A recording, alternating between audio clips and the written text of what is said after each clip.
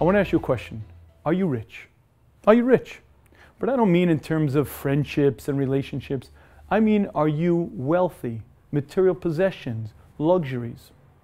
Now, I've asked that question to countless numbers of audiences from people from all different walks of lives, and invariably the response I get is rich. Who's rich?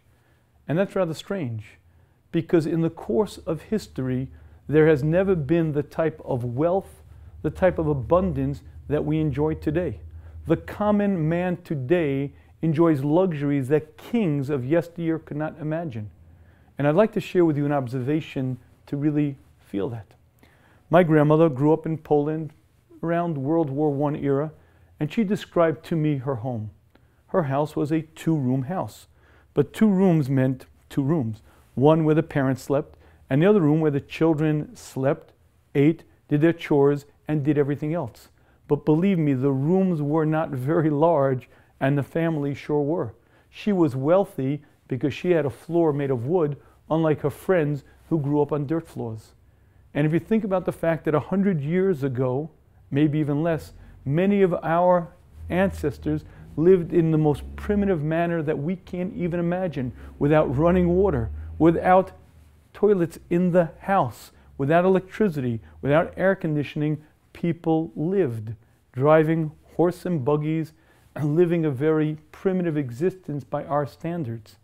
And when you think back to that era and compare it to ours, you see stark differences. My father had a friend who went to a yeshiva in Europe around somewhere before World War II, and he had a way of telling whether it was a cold morning or not. The room that he slept in wasn't heated.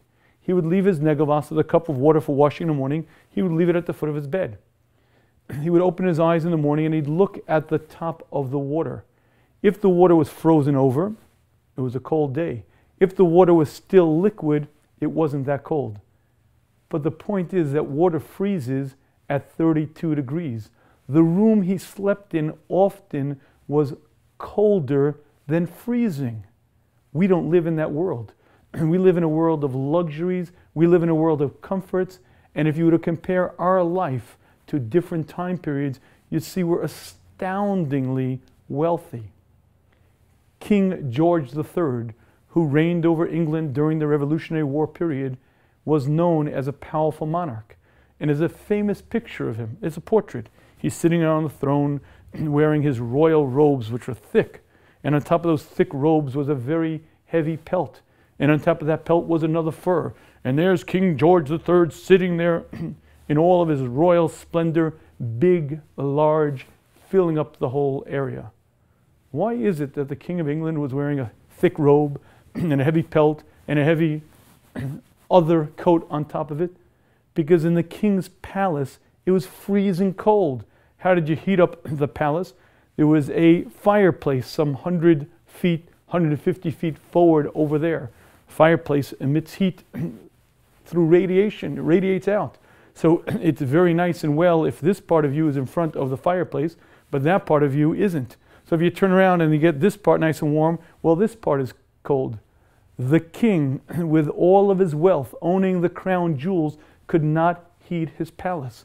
He walked dank, smelly hallways at night. He sank into a bed of 36 inches of down feather. Do you ever sit down on a down pillow? It just, and that means his spine went, and there was no chiropractor in the morning to put him back together. And when the King of England rode to the Earl of France's wedding, he got into a horse and buggy with wooden wheels on pot-filled roads, holes.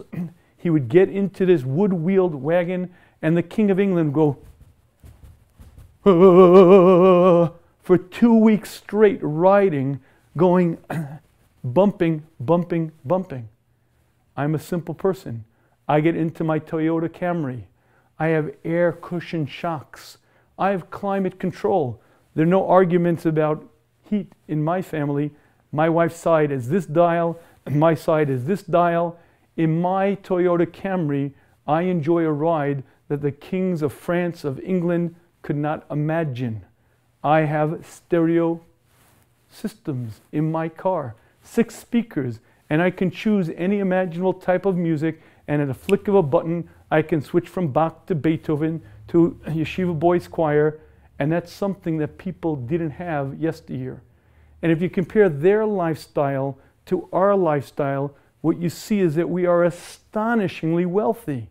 Our clothing, our food, our homes. If you take the house of Rothschild from the 1700s, you and I live in nicer homes than did the wealthiest tycoons of yesteryear. And this is the point. You could have unimaginable wealth, but if you don't train yourself to appreciate it, you might as well be poor. And if you don't train yourself to appreciate the riches that you have, you're not going to enjoy them, you're not going to benefit from them. You have to do the work to focus on it, to appreciate it, to understand how wealthy it is that we really are.